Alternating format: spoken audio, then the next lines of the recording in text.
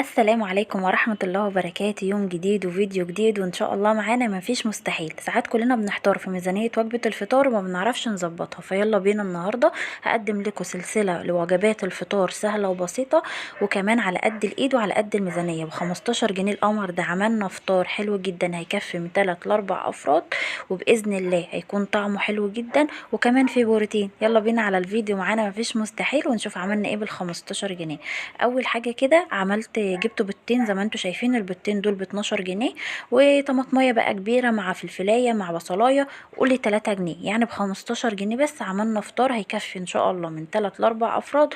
وكل حاجه ببركه ربنا وسمي الله وصلى على الرسول، كل حاجه باذن الله هيبقى فيها بركه وهتزيد معاكي. اول حاجه كده حطيت معلقه من السمنه ونزلت عليها بالبصلايه، شوحتها كده، حطيت عليها شويه ملح وفلفل اسود، وبعد كده نزلت بالطماطم ونزلت بالفلفل.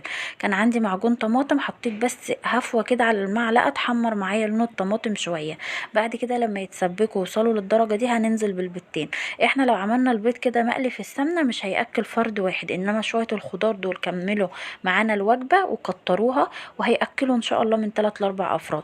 انا قلت لكم اساس الوجبه بعيد عن السمنه وبعيد عن التوابل. كلنا السمنه بتكون مثلا بنجيبها بالشهر ومتوفره عندنا، والتوابل موجوده عندنا، والعيش زي ما انا قلت لكم ناس كتير بتاخده على البطايق وبيكون متوفر في البيوت عيش. فدي ميزانية البيض والخضار اللي انا عملت بيها الطاسة البيض دي او الشكشوكة المصري.